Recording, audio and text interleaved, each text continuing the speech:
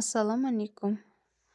Mavzuyimiz nutq kamchiligiga ega bo'lgan bolalarni maktab ta'limiga nutqiy jihatdan tayyorlash. Reja 1. Nutq kamchiligining asosiy turlari va ularning belgilari. 2. Nutq rivojlanishining psixologik va pedagogik asoslari. 3. Nutq kamchiligi bo'lgan bolalarni maktabga tayyorlash usullari. Nutq kamchiligi haqida umumiy ma'lumot.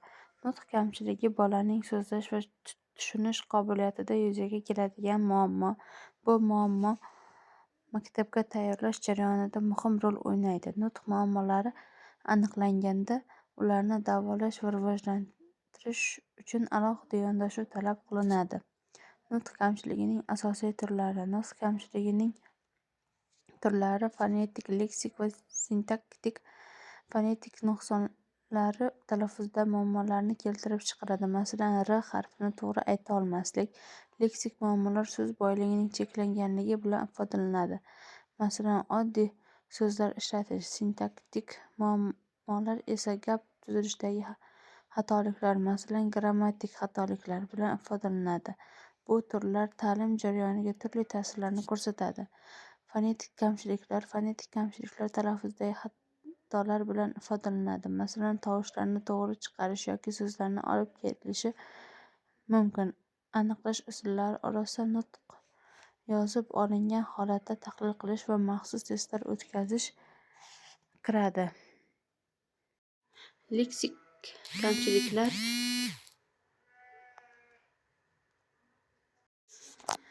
Leksik kamchiliklar bolalarda so'z boyligining kamligi yoki noto'g'ri ishlatilishi bilan bog'liq.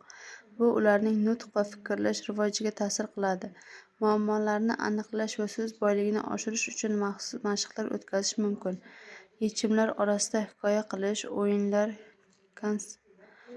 kontekstda so'zlarni o'rgatish va ota-onalar bilan hamkorlik qilish bor. Bu usullar bolalarning lug'atini kengaytiradi va nutq kamchiligini bartaraf etishga yordam beradi. Sintaktik kamchiliklar. Sintaktik kamchiliklar jumla tuzishda yuzaga keladigan xatolarni anglatadi. Masalan, so'zlar tartibining noto'g'riligi yozuvda tushunishni qiyinlashtiradi. Aniqlash uchun grammatik qoidalar va tahlil usullari qo'llaniladi. Jumlalarni qayta tuzish yoki grammatik tekshirish yordamida tuzatish mumkin.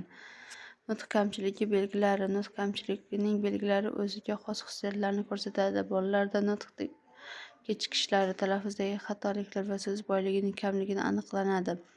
Bu belgilarning tez aniqlanishi va ta'lim jarayonida muhim ahamiyatga ega.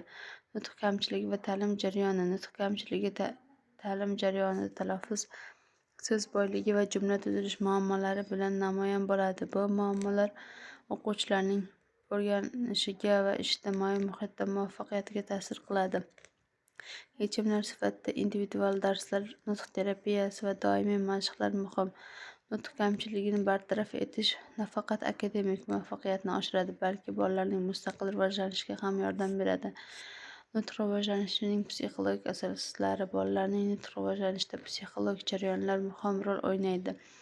E'tibor, xotira va tasavvur nutq kamchiligini va rivojlanishini ta'minlaydi. Bu jarayonlarni to'g'ri tushunish va rivojlantirish bolalarning nutqiy qobiliyatlarini oshirishga yordam beradi.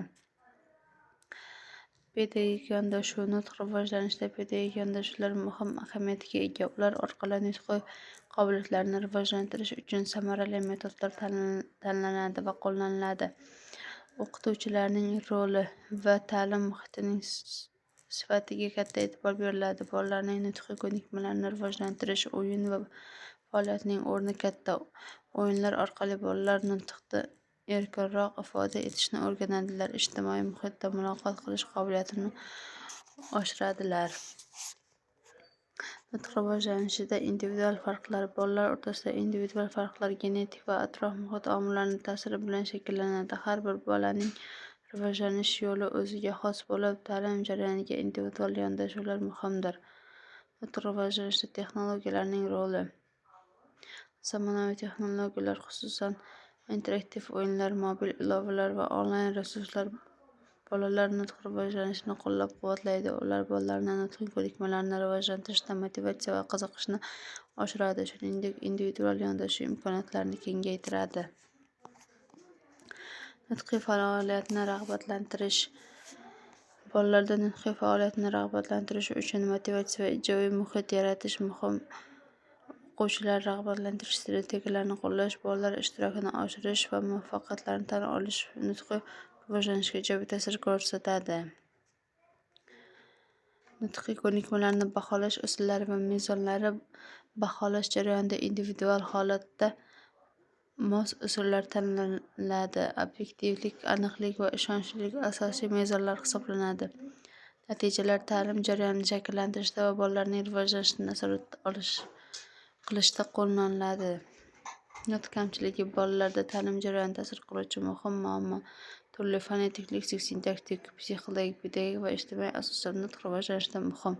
O'qituvchi va maktab muhitining roli katta hisoblanadi.